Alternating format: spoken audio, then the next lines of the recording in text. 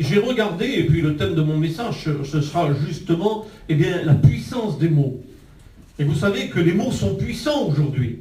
Hein, et nous allons voir eh bien, qu'au-delà des mots qui sont puissants dans le monde, il y a la toute-puissance de Dieu qui est capable, et Jésus va nous en donner un petit peu le canevas à travers eh bien, toute sa vie, à travers tout son ministère, de la toute-puissance de la parole de Dieu.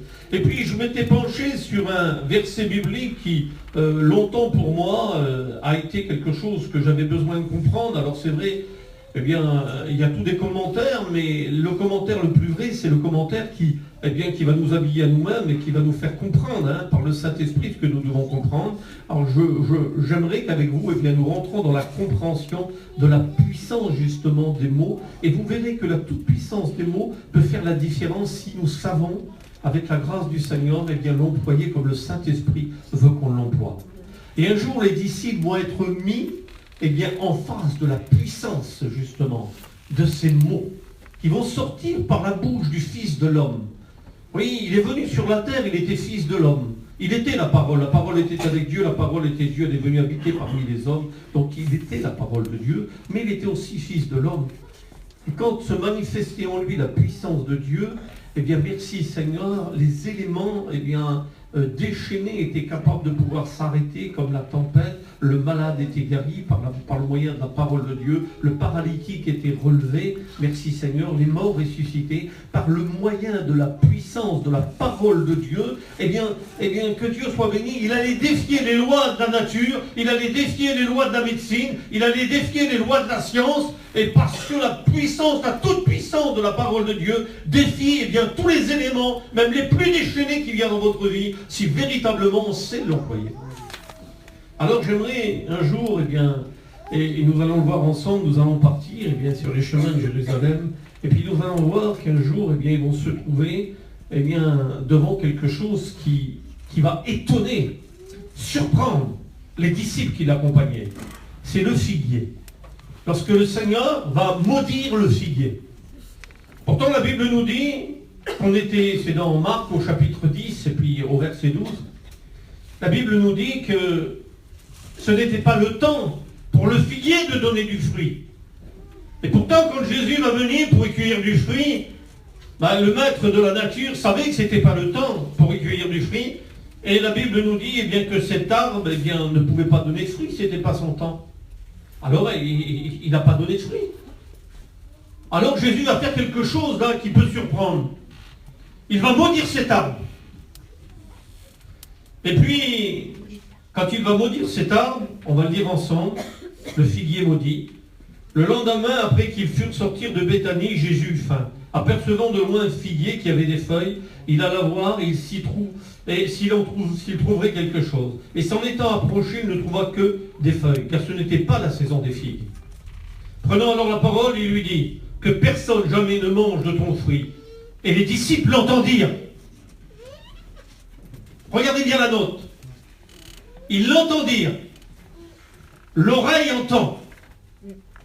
Et quand l'oreille entend, il y a quelque chose qui va descendre dans notre cœur, qui est la semence de ce que nous avons entendu.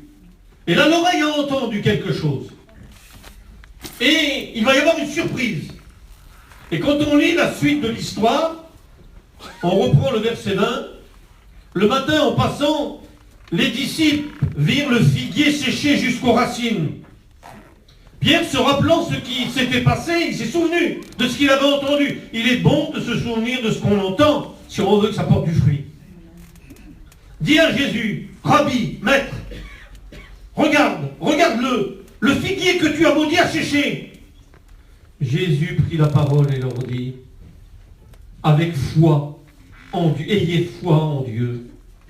Je vous le dis en vérité, si quelqu'un dit à cette montagne, jette-toi de là, ôte-toi de là et jette-toi dans la mer, et s'il ne doute pas en son cœur, mais croit que ce qu'il dit arrive, il le verra s'accomplir. C'est pourquoi je vous dis, tout ce que vous demanderez en priant, croyez que vous l'ayez reçu, et vous le verrez s'accomplir. Donc Jésus va mettre ses disciples en face, justement, et puis je crois que c'est pas en vain, il n'a pas maudit le figuier pour simplement... Rien n'a été fait au hasard avec Jésus. Mais Jésus voulait montrer tout simplement à ses disciples, mais regardez, je suis comme vous, fils de l'homme. Mais derrière mes mots, il y a la toute puissance de Dieu. Et si vous employez la puissance de Dieu à la mesure que vous devez l'employer, eh bien oui, le miracle se fera. Oui, il vous dira cette montagne de sauter, elle sautera. Amen. Si véritablement vous savez y mettre votre foi. Amen. La parole de Dieu nous dit, et nous voyons dans Jacques, que les mots ont toute leur importance. Dans Jacques, au chapitre 3, verset 4, la lecture serait trop longue, mais la parole de Dieu va faire un exposé sur la langue, en nous disant tout ce qu'il y a de négatif à travers la langue. Et nous voyons que d'une même bouche, c'est ce que la parole de Dieu nous dit, peut sortir de l'eau amère comme peut sortir de l'eau douce. D'une même bouche peut sortir la bénédiction ou la malédiction. Que la langue, elle peut être comme un feu qui va embraser de grandes forêts. Et la Bible même va aller plus loin. Elle va dire que c'est un venin mortel. Vous savez, le venin qui se trouve dans la langue du serpent, il se trouve juste en dessous. C'est un venin mortel. De la même bouche, vous bénissez, de la même bouche, vous maudissez. Il ne faut pas qu'il en soit ainsi, dit la parole de Dieu. On ne peut pas avoir de langage. Et nous voyons justement que Dieu va mettre aussi en relation le fait que personne ne peut venir à bout de la langue. Le seul qui le peut s'appelle Jésus, s'appelle le Fils de Dieu, et il doit venir à bout de ta langue ce matin. Il doit venir à bout de ton langage, de ta façon de parler. Parce que cela va avoir un impact directement sur ta vie. Cela aura un impact même directement sur ton ministère, sur ta foi. Alors nous allons aller un petit peu plus loin dans la lecture et dans Proverbes au chapitre 18, verset 21. Écoutez ce qu'il est dit, c'est important. Quelle importance, Seigneur. Je vous dis, on met l'accent sur les mots. On met l'accent sur la puissance des mots et sur la puissance de la langue. Les Proverbes au chapitre 18, verset 21, la Bible dit « La mort et la vie sont au pouvoir de la langue. Quiconque l'aime en mangera les fruits. » Vous vous rendez compte l'importance de la parole de Dieu qui nous met en garde. Et toute la Bible, et vous le verrez, on va le faire ensemble, nous met en garde. J'aimerais que cette parole puisse pénétrer dans votre cœur. La mort et la vie sont au pouvoir de la langue. Quiconque l'aime en mangera les fruits. Vous aurez, tôt ou tard, vous aurez à vous rassasier du fruit que produira votre langue. La Bible nous dit, et la Bible va nous parler, et elle nous parle justement du fruit qui va sortir de notre bouche, dont nous allons nous-mêmes être rassasiés. Et ce qui est important de souligner, c'est que cette même parole, dit que ce fruit sera soit la mort ou soit la vie. Va sortir de notre bouche un fruit. Parce que ça aura pénétré dans nos oreilles une semence. Et cette semence, c'est nous qui va définir comment, à un moment donné, elle peut porter du fruit. Dieu nous a donné, à travers des paroles, que Dieu soit béni, la parole de Dieu. À travers des mots. Et ici, à travers la parole de Dieu, la Bible nous dit qu'il nous rendra responsables, chacun d'entre nous, chacun pour soi-même. C'est quelque chose de personnel. Ta compagne rentre pas en ligne de compte, ton compagnon rentre pas en ligne de compte, l'église, le pasteur rentre pas en ligne de compte, tes enfants rentrent pas en ligne de compte. C'est toi personnellement. Et comprenez que chacun sera responsable des mots qui sortira de sa bouche. Et des mots qui sortent de notre bouche, comme la Bible dit, il y a une puissance que contiennent nos mots, puissance de vie ou de mort.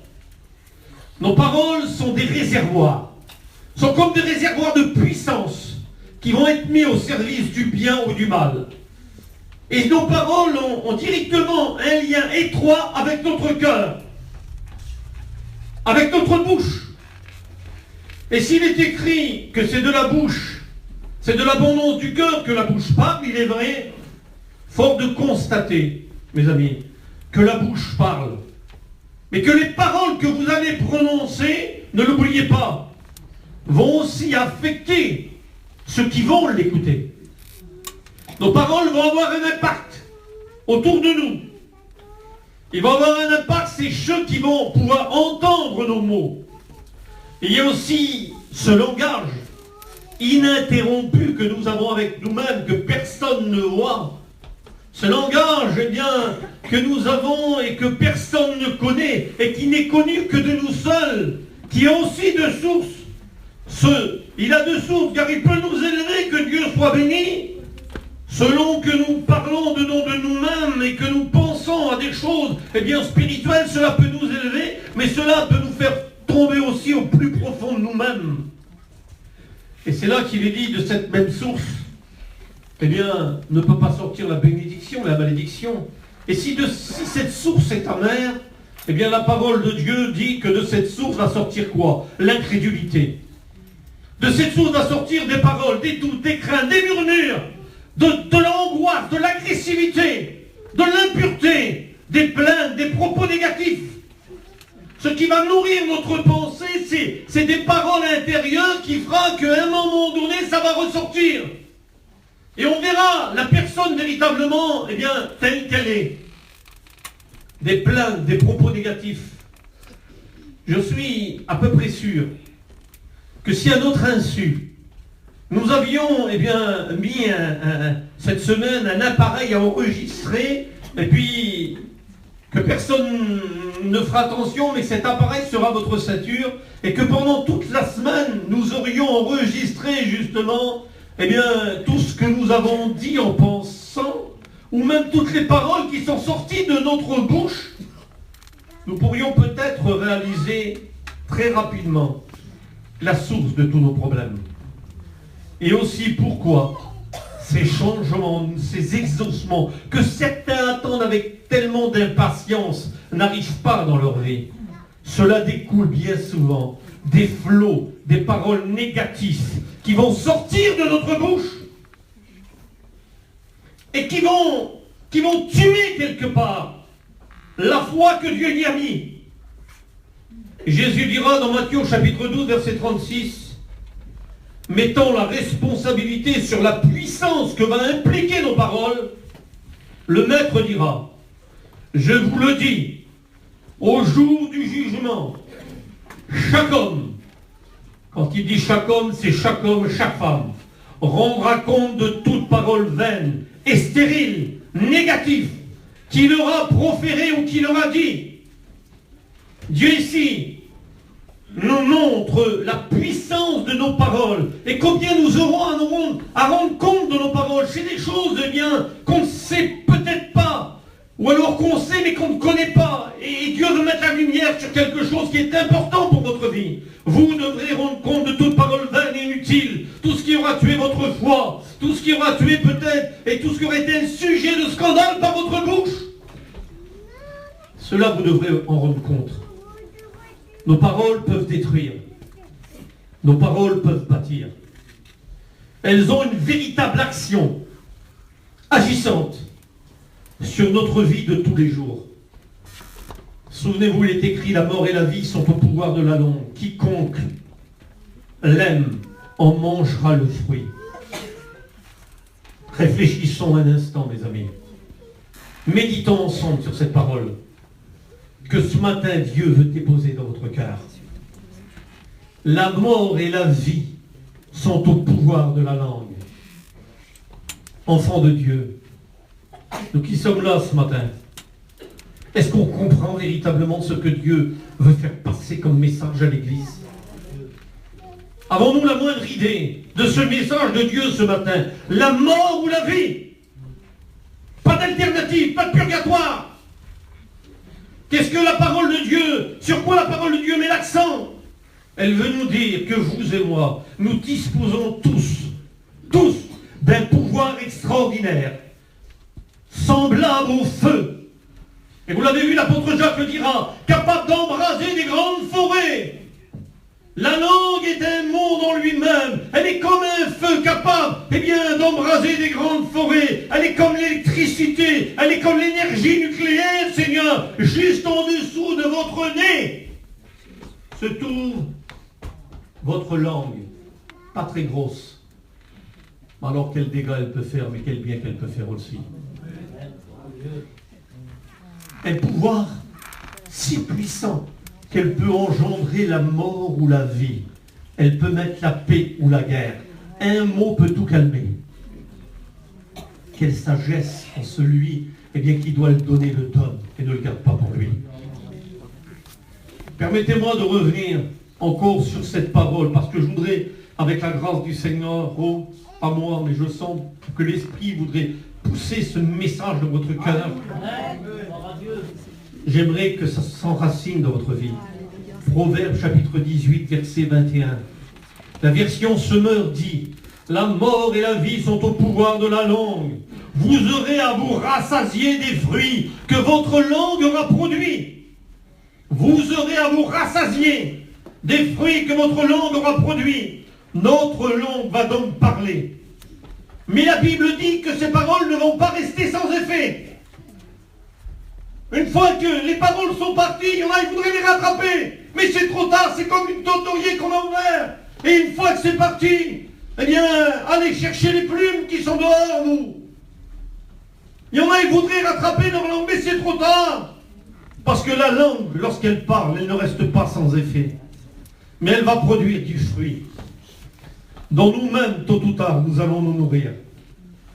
Quel est le type de nourriture nous voulons donner à notre cœur? Quel type de nourriture peut produire? Eh bien, la parole de Dieu nous le dit, la mort ou la vie. Donc, ces paroles sont très importantes. Pourquoi? Parce que ces paroles, elles sont une semence. La Bible nous dit qu'elles sont une semence. Et permettez-moi de revenir sur cette parole. Et puis qu'avec la parole de Dieu, vous puissiez comprendre que les paroles vont avoir un impact directement sur vos vies et même sur votre santé. Aujourd'hui, il est prouvé médicalement parlant, la Bible, en 100 ans le disait, mais aujourd'hui la science l'a rattrapé. Aujourd'hui l'on sait que des personnes qui vivent dans l'anxiété, des personnes qui ont toujours les idées noires, des personnes qui vivent toujours dans quelque chose de chronique, dans une angoisse chronique, vont déclarer eux-mêmes dans leur propre corps des maladies.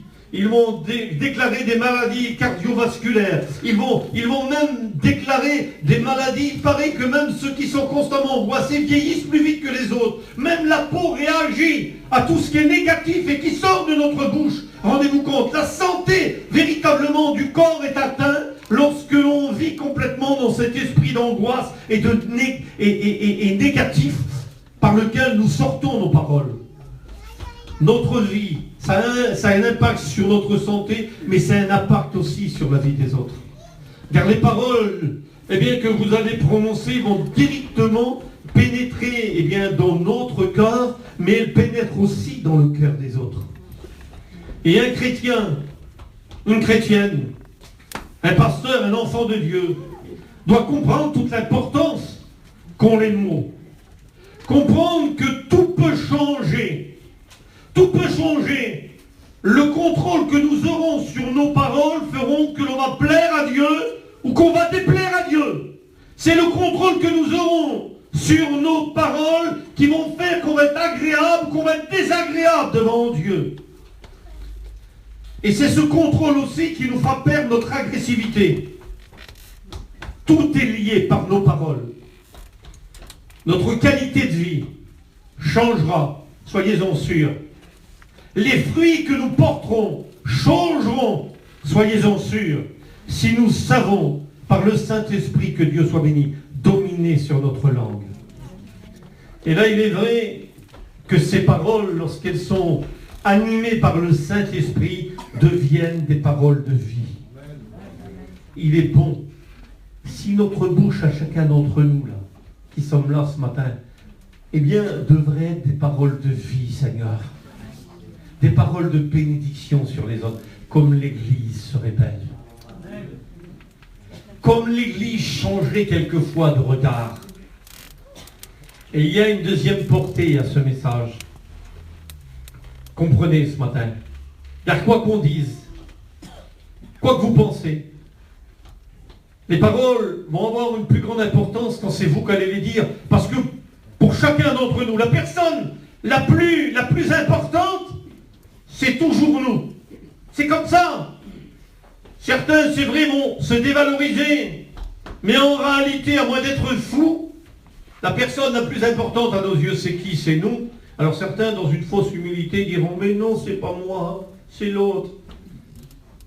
Je vous donne une simple image, et puis l'image sera suffisante pour vous parler. À tous autant que vous êtes, et à moi le premier. Prenez une photo là de tout le monde. Même prenez une photo avec vos enfants. Prenez une photo avec les gens qui vous sont chers. Dès que vous regardez la photo là, la première personne que vous regardez, c'est vous. Et oui. Et oui, on s'aime. Et c'est ça la réalité. La réalité, on s'aime, mes amis. Et oui, on s'aime.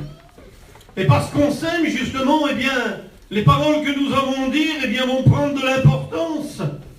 Et c'est pourquoi que nos paroles auront un impact encore plus fort lorsqu'elles vont sortir de notre bouche. Plus encore que lorsqu'elles vont sortir de la bouche de quelqu'un d'autre.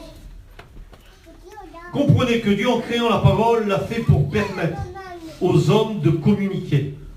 C'est Dieu qui l'a voulu ainsi dans la création. Il a créé la parole pour que l'on puisse communiquer les uns avec les autres.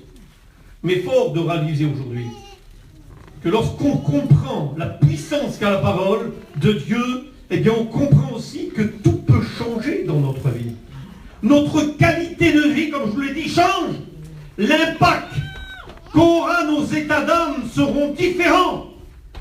Selon que justement, eh bien, nous allons animer nos paroles, soit du négatif ou du positif. Car lorsque nous comprenons ce qu'est la parole, et que nous allons véritablement la prononcer, eh bien, nous allons voir que cette parole va avoir un impact directement sur ta vie, sur ma vie, et sur la manière même dont on va traverser les tempêtes de notre vie. Nos paroles seront déterminantes pour enflammer soit la forêt, ou soit pour éteindre le feu qui brûle en nous. Nos paroles peuvent être un merveilleux pompier s'ils sont animés par la sagesse. Mais s'ils sont animés aussi par l'ennemi de nos âmes, ça peut être véritablement un feu qui embrasse toutes des familles entières. Ce que Dieu veut nous faire comprendre, c'est que l'on sera victime, ou nous serons, c'est l'un ou l'autre, ou nous serons victimes de nos paroles, ou nous serons mis au bénéfice des paroles qui sortiront de notre bouche. Comme je vous le dis, par des paroles, vous pouvez enflammer une forêt tout entière, vous enflammez une famille tout entière, et il suffit qu'il y en a un qui téléphone, et d'un seul coup, chacun s'unit autour de la même peine. Et là, ça calme la tempête douce. Mais malheureusement, ces choses ne se font pas. Et la forêt continue à brûler. Vous comprenez? Que Dieu nous donne de la sagesse, Seigneur. Surtout à nous qui sommes les exemples serviteurs de Dieu. Pour éteindre les feux qui s'allument dans les églises. Des fois, il suffit d'un mot, d'une parole, pour calmer la tension. Sachez qu'avant même qu'elles sortent de la bouche des autres, nos paroles ont la capacité. Nous avons la capacité par nos paroles. La Bible dit, c'est pas moi qui le dis. Par vos paroles vous bénissez, par vos paroles vous maudissez. On a la capacité de bénir ou de détruire. On a la capacité aussi par nos paroles de gâcher jour après jour nos journées. Il y en a qui par leurs mots, se gâchent leur journée jour après jour. Et elles agissent ces paroles sur nous, ou elles agisseront contre nous. Soit elles agissent pour nous ou contre nous. Et si la parole ont cette puissance, c'est que les paroles de la Bible sont là pour nous le dire. Elles sont une semence, puisqu'elles portent du fruit. Souvenez-vous, Proverbe chapitre 18, verset 21. Quiconque la mange, quiconque la prend, en mangera le fruit. Et puis la parole de Dieu est semblable à une graine qui va être déposée justement dans le cœur. Tels sont chaque mot. Chaque mot, qui sortiront de votre bouche aura d'abord une semence qui va être déposée dans votre cœur. C'est pourquoi il est écrit, la foi vient de ce qu'on entend, et ce qu'on entend vient de où? Vient de la parole de Dieu. On entend la parole de Dieu, cette semence pénètre dans notre cœur, elle entre d'abord dans nos oreilles, et ensuite, bien qu'est-ce qu'elle fait cette parole? Eh bien, elle convainc de péché, de justice et de jugement, et nous nous convertissons.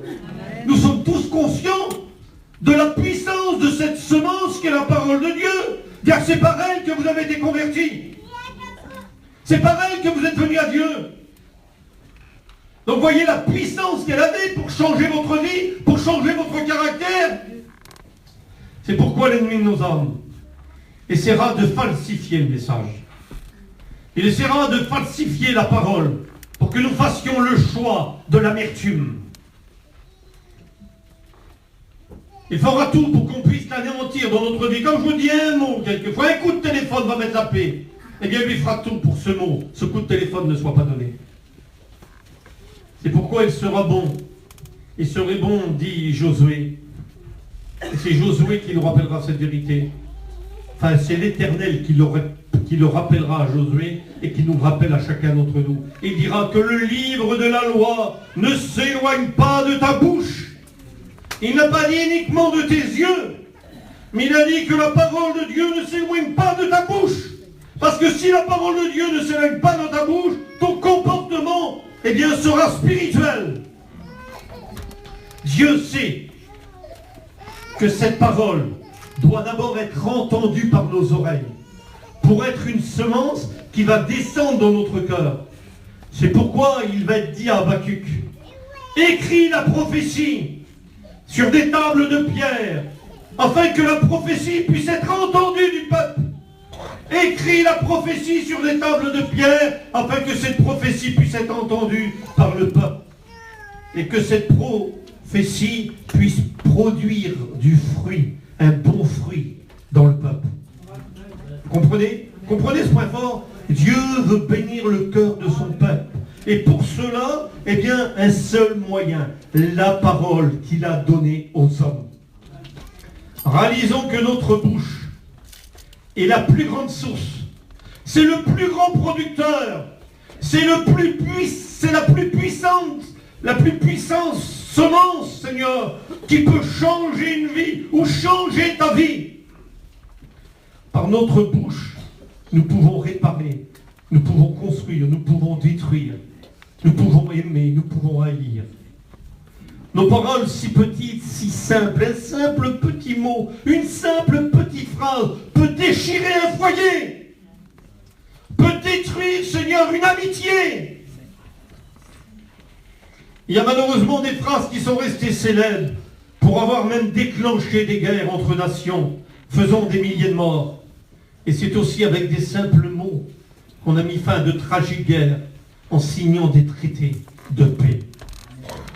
Oui, de simples petits mots, mes amis, peuvent encourager, de simples petits mots peuvent bénir, de simples petits mots peuvent relever l'âme qui est abattue. Quand ces mots sont dits avec l'Esprit du Seigneur, les mots sont semblables à une semence plantée dans un cœur qui va produire un arbre, qui va porter du fruit. Ces mots que nous-mêmes, eh bien par notre bouche, vous savez, on dit que c'est de l'abondance du cœur que la bouche parle, mais il y a une conséquence que vous devez comprendre, c'est aussi l'inverse.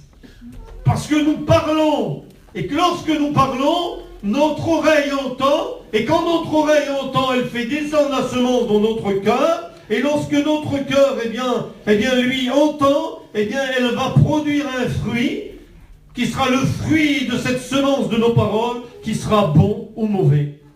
Et oui, tout est lié. On a fait le tour. Si c'est de l'abondance du cœur que la bouche parle, il n'en est pas moins vrai que c'est lorsqu'on parle que le cœur reçoit. Mais qu'est-ce que nous lui donnons comme nourriture tous les jours? Dieu le sait. Dieu sait que nous avons besoin d'être animés de bonnes paroles. Mais le diable aussi le sait. C'est pourquoi Dieu fera tout pour que l'homme et que la femme puissent entendre ce message. Et pas seulement l'entendre, mais qu'ils puissent prendre conscience et qu'ils puissent le mettre en pratique. Mais le diable fera tout aussi pour que ce message puisse être oublié des bouts oreilles, dès que vous serez sortis de ce lieu. Et lui, il fera tout, lui, pour que ce message ne puisse pas avoir d'impact et que vous ne puissiez pas prendre de décision et de dire, je vais changer.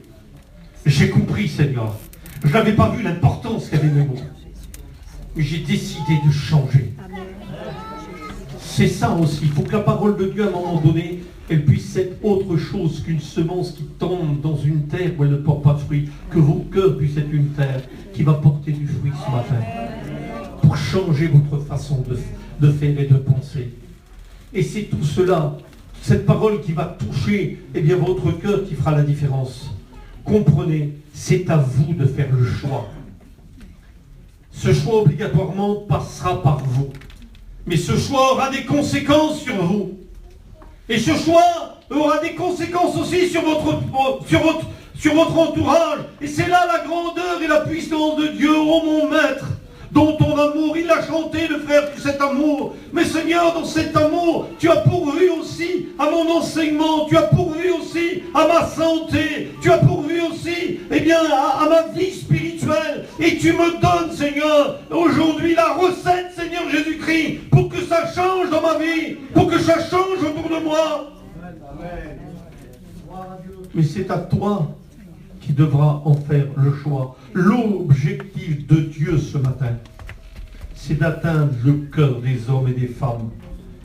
Voilà pourquoi Dieu passe par des paroles. Mais les paroles qui vous sont données ce matin, qu'importe le serviteur, c'est des paroles de vie. Dieu n'a pas choisi des anges. Il a choisi, tout simplement la parole de Dieu. Il a choisi des hommes pour la porter. Mais elle ne reste pas moins aussi puissante. La preuve, regardez les malades qui sont guéris. Qui est-ce qui a été guéri? Levez la main. Vous avez été guéri comment? Par la puissance de la parole. La Bible dit quoi? Vous imposerez les mains aux malades et les malades seront guéris. Croyez-vous que si l'homme n'était pas animé de cette puissance de la parole, les simples mots auraient pu guérir la personne?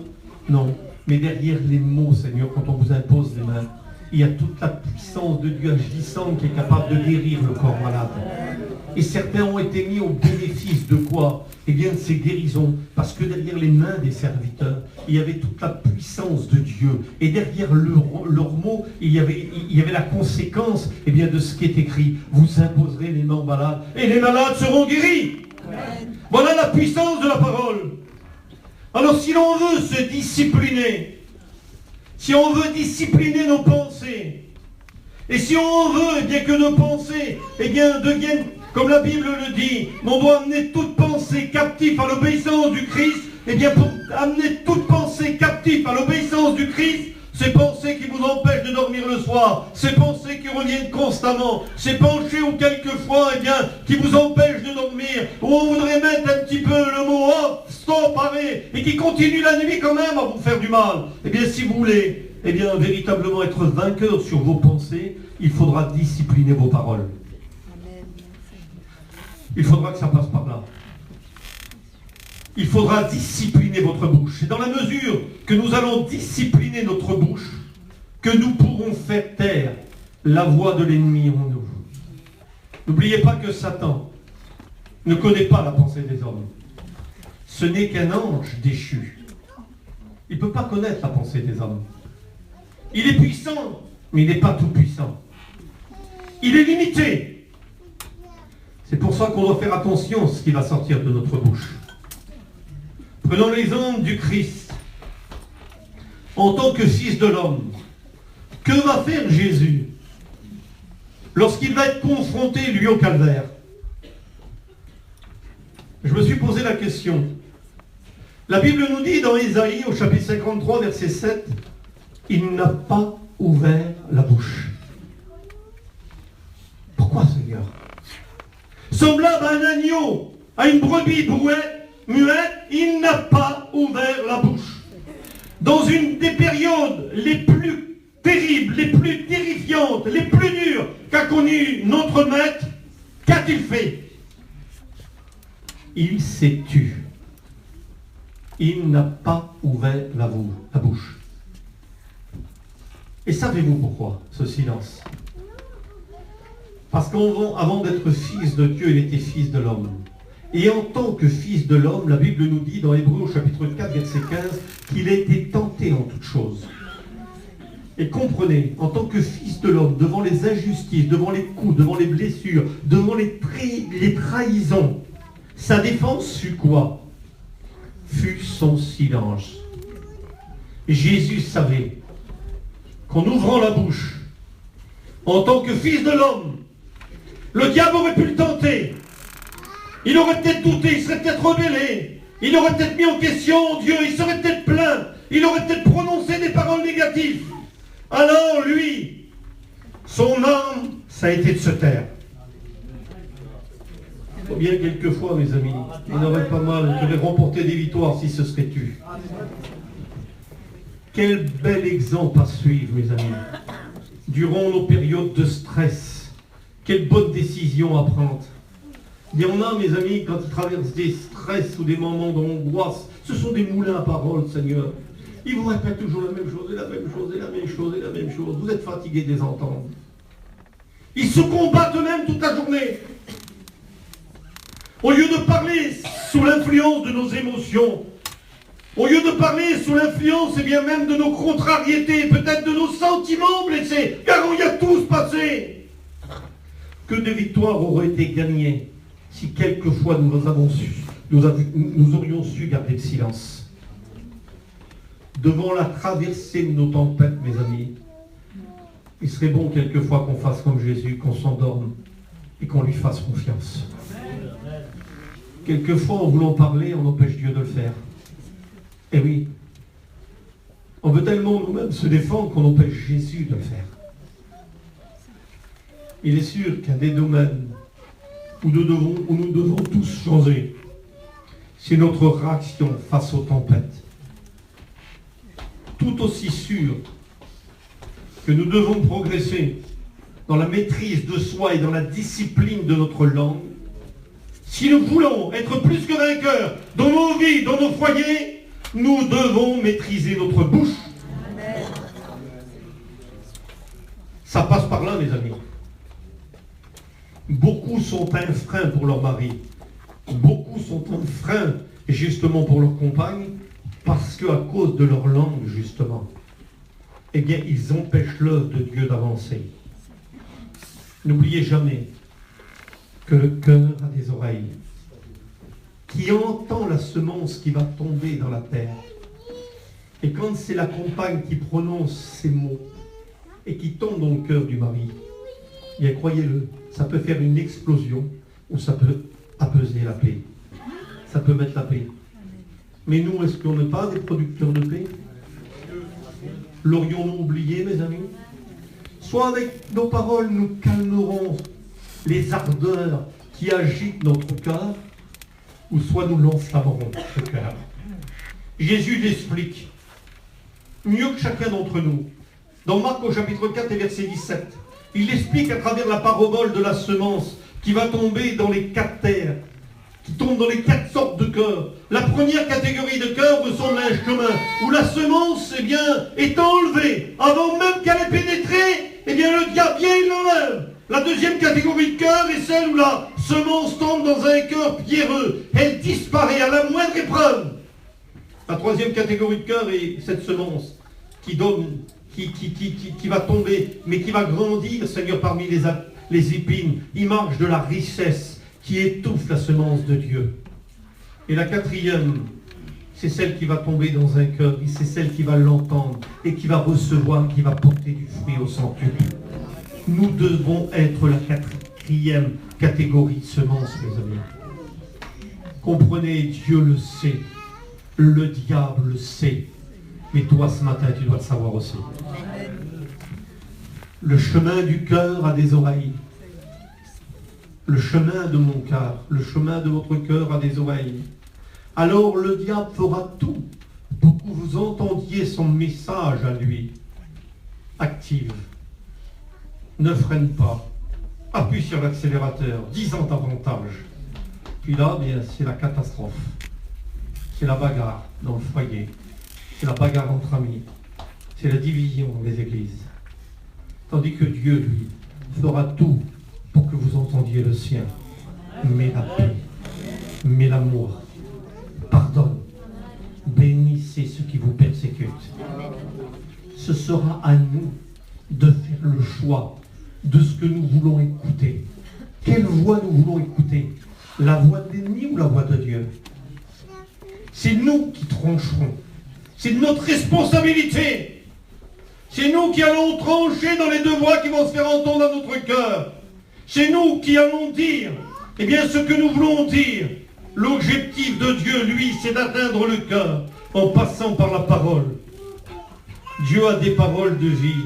Et quelle grâce. Il nous a donné ce privilège de participer à ces paroles de vie. Nous avons reçu quelque part l'ADN de Dieu. La preuve, que je vous l'ai dit tout à l'heure, on prie pour les malades sont guéris. Aucun homme n'est capable de pouvoir le faire. Mais par la nouvelle naissance, par cet esprit qui nous a été donné, eh bien, nous possédons cette puissance, Seigneur, qui va porter sous ses ailes la guérison de celui qui s'approche avec foi. Donc, nous possédons par le Saint-Esprit la puissance de prononcer des paroles de vie.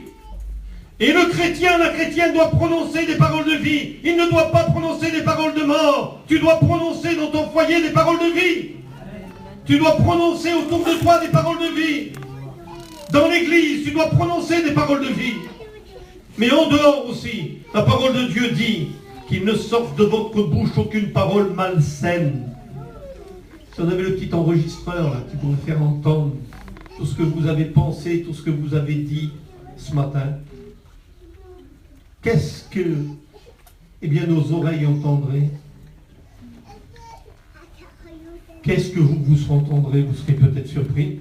Pourtant la Bible dit qu'il ne sorte de votre bouche aucune parole malsaine, mais s'il y a là quelques bonnes paroles qui vont communiquer une grâce à ceux qui l'entendent. Amen. Amen. Une grâce à ceux qui l'entendent. La parole que l'on peut prononcer, quelle grâce, Seigneur, peut procurer la paix, elle peut procurer la grâce. Et c'est à nous, Seigneur, d'être ces producteurs de semences, puisque c'est nous qui la possédons, enfants de Dieu. Oui, elles peuvent communiquer une semence de paix, d'amour, de joie. Et pas seulement à la réunion, pas seulement en chantant un cantique, pas seulement à travers des émotions, mais elle doit le faire aussi dans nos vies de tous les jours. Comprenez que ce que nous disons va influencer obligatoirement notre cœur. Tout ce que nous disons va influencer. Combien de fois je l'ai vu?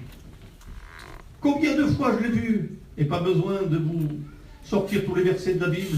Vous le savez comme moi. Combien de fois les pasteurs, nous l'avons entendu. Et combien de fois je l'ai vu aussi dans ma propre vie. Je ne veux pas me cacher. Mais aujourd'hui, que Dieu soit béni, je réagis et j'agis autrement parce que la parole de Dieu est devenue mon maître. Donc j'essaie de contrôler ma langue et mes sentiments. Mais que de fois, Seigneur, à cause des circonstances de la vie, vous dites, je suis découragé. Je vais craquer. J'en peux plus. Vous n'êtes pas levé que les gens voudriez être couchés. Et puis ça sert à quoi? Ça sert à quoi d'aller et puis de faire eh bien toutes ces prières, puisque de toute façon il n'y a rien qui change quand même. Ça sert à quoi de prier? Ce qui doit arriver, arrivera. Et puis bien souvent par nos paroles, mes amis, eh bien on va faire sortir, Seigneur, tout ce qui est négatif. Elles vont rentrer dans vos oreilles, elles vont aller directement dans votre cœur.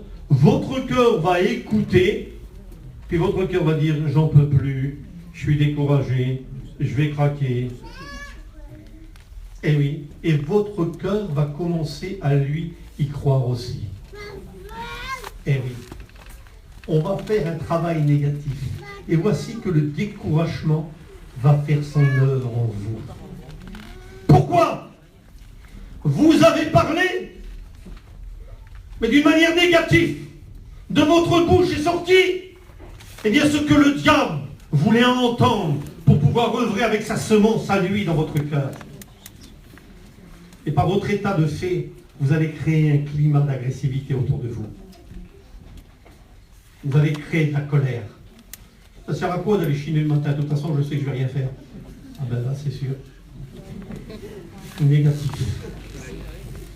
Et si vous dites, avec Dieu je ferai des exploits, le Seigneur va me faire travailler, gloire à Dieu, vous partez déjà avec un autre esprit. Et oui, bien souvent, mes amis, nous récoltons le fruit de nos paroles. Le découragement, c'est nous-mêmes qui le mettons en route. Si au contraire, quelqu'un vient vous parler, Seigneur, comme ça peut tout changer, mais non, mon frère, prends cette bonne parole. Si vous l'écoutez que d'un seul coup, la parole négative, eh bien, se trouve détruite par une nouvelle semence de vie. Et là, votre cœur, eh bien, va reprendre confiance. Et de nouveau, il va croire. Parce que vous allez d'un seul coup, eh bien, face à cette parole de mort, face à cette semence de mort, vous allez eh bien manifester une semence de vie. Et vous allez dire, arrière de moi, Satan. Jamais plus je me dirai que je suis découragé. Parce que je puis tout par celui qui est en Jésus-Christ. Jamais plus je me dirai que je ne peux pas y arriver. Car en Christ, je suis libéré de tous mes soucis. Je prononce des paroles de vie face à des paroles de mort. Vous comprenez, vos paroles vont influencer la qualité de votre vie. Et elle va faire naître un fruit en vous. Commencez à déclarer. Commencez par la foi à déclarer ce que vous ne ressentez pas dans votre cœur. Seigneur, je ne ressens plus ça, je ne ressens plus ta parole, je ne ressens plus ta présence. Seigneur, eh bien c'est vrai que ces paroles négatives sortent de ma bouche, je me rends compte. Mais je vais commencer à déclarer ce que je ne ressens pas, et vous verrez que vous vivrez ce que vous voulez ressentir, si vous le déclarez avec foi. En plein accord avec l'apôtre Jacques. Et je vous dis ce matin, vous voyez que je suis en plein accord avec lui, moi. Vous êtes en accord avec l'apôtre Jacques? L'apôtre Jacques dit que la langue est la chose la plus dure à maîtriser. Nous avons tous maîtrisé des combats, des luttes. Nous sommes passés à travers des épreuves, Seigneur, dures, difficiles. Nous avons maîtrisé des tentations. Nous avons maîtrisé des passions. Nous avons maîtrisé des tempêtes. Mais la langue, Seigneur, ma femme le sait, elle est là ce matin. Je ne sais pas qui est le plus fort de nous deux. Dieu seul le sait. Mais quelquefois, je sais qu'un simple mot va déclencher une querelle. Parce que je la connais, elle me connaît. Vous voyez, tout simple. Ce matin, j'ai remis le pantalon d'hier. Elle avait mis un pantalon, tout repassé. C'est ce qu'a-t-elle repassé le pantalon. Puis ce matin, j'ai été pris dans la pensée de Dieu. J'avais les idées complètement ailleurs, je vous prie de le croire. Elle me dit, mais t'as pas mis le pantalon. Je dis, laisse-moi tranquille avec ça. C'est pas le pantalon qui m'importe. Mais si elle aurait dit, alors ça sert à quoi? Moi je le repasse, et puis toi tu fais rien, et puis regarde. Et bien la dispute s'est engagée. Qu'est-ce qu'elle a fait? Elle s'est tue. Elle m'a laissé mettre le pantalon. Et on a évité une querelle. C'est tout simple. C'est tout simple. Mais que de fois, Seigneur Jésus-Christ, la femme tient entre... De toute façon, la Bible dit que le foyer de la femme, c'est la femme qui l'a construit ou qui l'a détruit. Et oui, la femme, par ses mots, peut calmer les choses, ou elle peut les enflammer. Moi, elle sait, ma femme, ce qu'il faut faire pour m'enflammer, croyez-le. Elle sait qu'en 2 minutes, je suis capable de partir. Puis moi, après, je ne vous contrôle plus. Je suis comme ça. Il n'y a rien de pire, surtout si c'est votre femme. Parce que c'est votre moitié, c'est votre chair, vous n'attendez pas. Alors là, moi, je suis capable de péter un plomb, je vous le dis. Mais elle sait ce qu'il faut faire aussi pour me calmer. Eh oui. Et quelquefois, c'est vrai. Quelquefois, c'est vrai que je dois mettre un frein à ma bouche.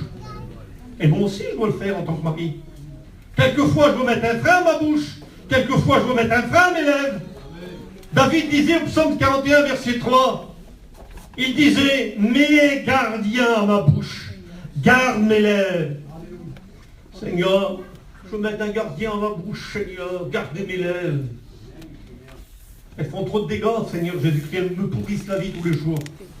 L'apôtre Jacques le dit, l'homme de lui-même ne pourra pas dompter la langue. Et si la Bible dit que tu ne peux pas dompter la langue, tu ne pourras pas la dompter. Mais Dieu, lui, le peut. Il a dit à Jérémie, au chapitre 1er, verset 9, l'Éternel étendit sa main, puis toucha ma bouche. Voici, dit-il, je mets mes paroles dans ta bouche. L'Éternel, si tu le veux, peut toucher ta bouche. Voici, je mets mes paroles dans ta bouche. Faisons cette prière. Et que chaque matin, ça soit notre prière. Si on pouvait se lever chaque matin en disant, Seigneur, touche ma bouche. Mets tes paroles dans ma bouche. eh bien croyez-le que notre journée serait différente. Mais on n'emploie pas les armes de la parole de Dieu. Puissiez-vous le retenir, ce mot, pour que chaque matin vous puissiez dire, Seigneur, touche ma bouche, mets mes paroles dans ta bouche. Vous allez le dire ce matin? Allez, on le dit ensemble.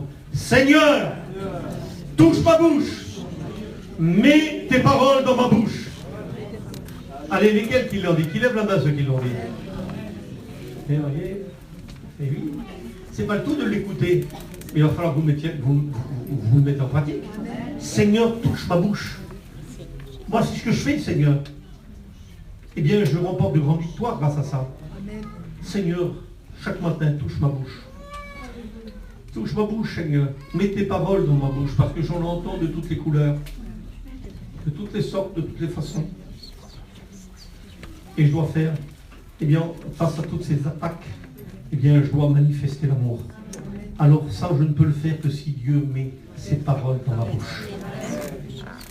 Et Jésus lui-même va utiliser sa bouche pour préserver la foi qui était dans son cœur. Il nous montre l'exemple, Jésus. Il va utiliser sa bouche pour préserver la foi qui était dans son cœur. Jésus faisait très attention, lui, à ce qui entrait dans ses oreilles. Est-ce que tu fais très attention à ce qui rentre dans tes oreilles? En regardant tous les jours, en ne voulant pas manquer le journal télévisé, tu entends que des mauvaises nouvelles, en ayant constamment les regards sur des Facebook, sur des ordinateurs, tu entends que des mauvaises choses. Comment veux-tu que ton cœur soit alimenté de bonnes choses? Comment veux-tu pas te décourager? Plutôt que lire la parole de Dieu, plutôt que d'attacher à Dieu, tu t'attaches, Seigneur Jésus-Christ, à des choses vaines et inutiles. On aime savoir ce qui se passe chez les autres. Et comme les gens aiment exposer eh bien, ce qu'ils font, eh bien aujourd'hui, eh bien, leur vie est détaillée. On voit ce qu'ils mangent, la pâte, ce qu'ils ont digéré, le repas qu'ils ont fait. Et nous, on se nourrit de tout ça. Puis après, on parle sur eux. Et oui, eux, ils font ça pour charade, et puis on parle sur eux. Seigneur, quelle bonne nourriture qu'on a pris là. Enlevez tous les Facebook. Enlevez toutes ces choses-là, qui sont de mauvaises semences qui tombent dans le cœur des chrétiens, qui apportent des mauvaises sauges.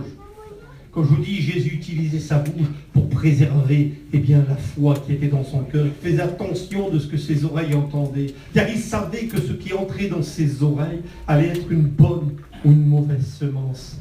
C'est pourquoi lorsque la foule est venue, parce qu'elle va venir vers Jésus, Seigneur, ça fait déjà plus d'1 heure, mais bon, je vais arrêter, promis. Je finis sur cette note-là. Lorsque la foule est venue vers lui, avec cette semence négative, et que la foule va lui dire, Jésus, la fille de Jairus est morte. Qu'est-ce que va faire Jésus? Il va prendre cette semence négative, il va la transformer en semence de vie. Il va rectifier la situation, et il va dire, non, elle n'est pas morte, elle dort. Lazare est mort. Non, il n'est pas mort, il dort.